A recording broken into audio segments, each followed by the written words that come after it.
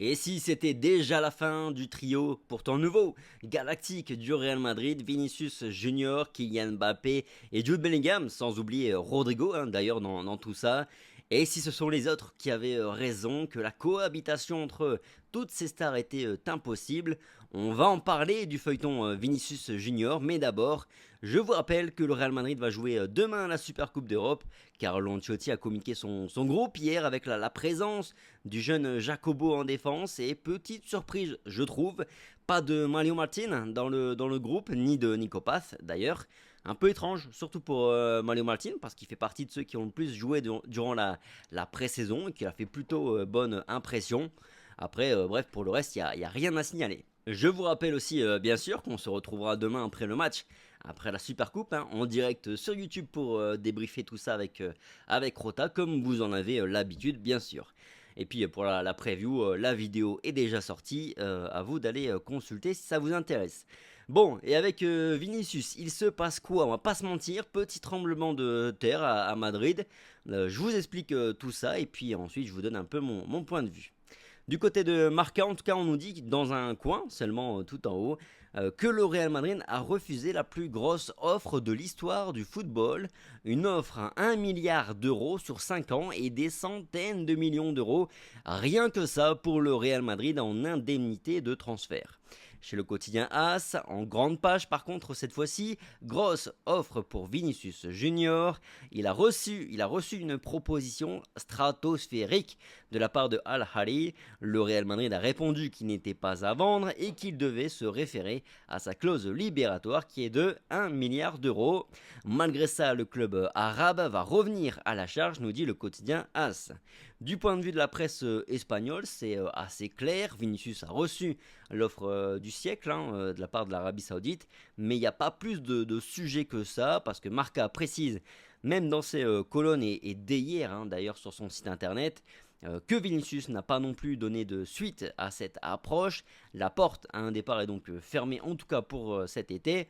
Et enfin, sachez que c'est Mario Cortegana de The Athletic qui a révélé le premier cette information. Et lui aussi va en ce sens. Vinicius a refusé, le Real Madrid a refusé. Maintenant, on a le média Relevo qui nous apporte un petit peu un autre son de cloche, en tout cas plus nuancé, un média qui est aussi très sérieux, je le précise, qui indique donc que Vinicius n'a pas dit oui ou non en l'état des choses et qu'il va même y réfléchir un petit peu, ce qu'on pourrait assez bien comprendre finalement. Je le rappelle, 1 milliard d'euros sur 5 ans, ça fait 200 millions d'euros par an. Ce qui signifie que l'ami Vinicius multiplierait par 20 son salaire actuel qu'il perçoit au Real Madrid en gros. Qui ici ne réfléchirait pas à une telle offre? Ne soyez pas menteurs. L'Arabie Saoudite promet aussi à Vinicius la possibilité d'un retour avant ses 30 ans en Europe. Il serait l'ambassadeur du pays en vue du mondial 2034. Bref, des conditions très favorables qui feraient de lui le joueur le mieux payé de l'histoire du football. Avec Cristiano Ronaldo, il serait même au-dessus parce que Cristiano c'est un contrat de 2 ou 3 ans à 200 millions d'euros aussi par an. Là, il s'agit d'un contrat sur 5 ans pour l'ami Vinicius. Je pense qu'on le répète suffisamment sur cette chaîne, sur Real France de manière générale. L'effectif du Real Madrid cette saison va être exceptionnellement qualitatif, presque trop, et c'est-à-dire qu'il faut s'attendre à ce que sur une horizon de 1, 2, 3 ans, il y ait un départ crève-cœur du côté du Real Madrid. Rodrigo semble être le joueur le plus à même, être celui qui part si jamais il venait à perdre trop de protagonisme au profit d'un Kylian Mbappé, l'option la plus probable, ou pourquoi pas aussi d'un Arda Güler qui impressionne sur ce début sur cette pré-saison et même sur la fin de saison passée. On sait aussi que Rodrigo est fortement courtisé par Manchester City. Mais on n'est pas à l'abri que pour X ou Y raison, ce soit finalement Vinicius Junior qui part sur une horizon à court terme de 3 ans.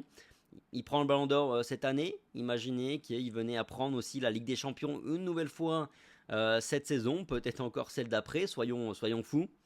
Peut-être qu'ensuite il se dira que il a plus rien à prouver et que c'est le bon moment pour lui d'aller prendre un petit milliard d'euros sur la fin de carrière. Ça peut être une idée. On peut pas savoir en tout cas. Là, on parle de sommes absolument stratosphériques. On est nous communs des mortels pas capables d'imaginer. Et je pense que même pour un joueur comme Vinicius, 1 milliard d'euros, ça fait tourner la tête. Après, j'ai quand même tendance à penser, moi personnellement, que Vinicius fait partie de la petite proportion de joueurs qui jouent bien plus encore pour le plaisir de jouer au football que pour sa partie lucrative, même si évidemment ça va de pair et qu'il est plus heureux avec tout cet argent qu'il génère, qu'il gagne. Mais en tout cas, j'ai la quasi-certitude qu'il ne se passera rien cet été au Real Madrid, que ce soit pour Vinicius Junior ou même pour Rodrigo. Je pense qu'on ne vendra personne, en tout cas pas cet été, mais dites-moi ce que vous en pensez bien sûr. À part ça, un petit mot mercato, toujours avec Dani Ceballos. The Athletic qui nous dit ce matin que Dani Ceballos a demandé à quitter le Real Madrid. C'est donc toujours plutôt d'actualité. Il est sur le départ, même si pour l'heure, nous précise le média, aucune offre reçue n'a convaincu que ce soit le Real Madrid ou même le joueur lui-même. Affaire à suivre. On sait que le mercato du Real pourrait encore bouger. On a Alphonso Davies qui est toujours, il y a toujours des petits bruits par-ci par-là. Ça pourrait relancer une offensive d'ici la fin de l'été. On a forcément aussi le dossier défense centrale avec potentiellement l'arrivée surprise d'un joueur d'ici la fin du mercato.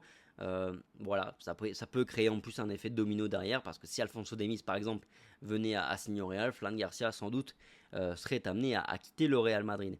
Et puis sur ce, je vous laisse avec quelques photos du troisième maillot du Real Madrid qui a été présenté ces dernières heures. Ouais, je pense moi aussi qu'il claque ce maillot.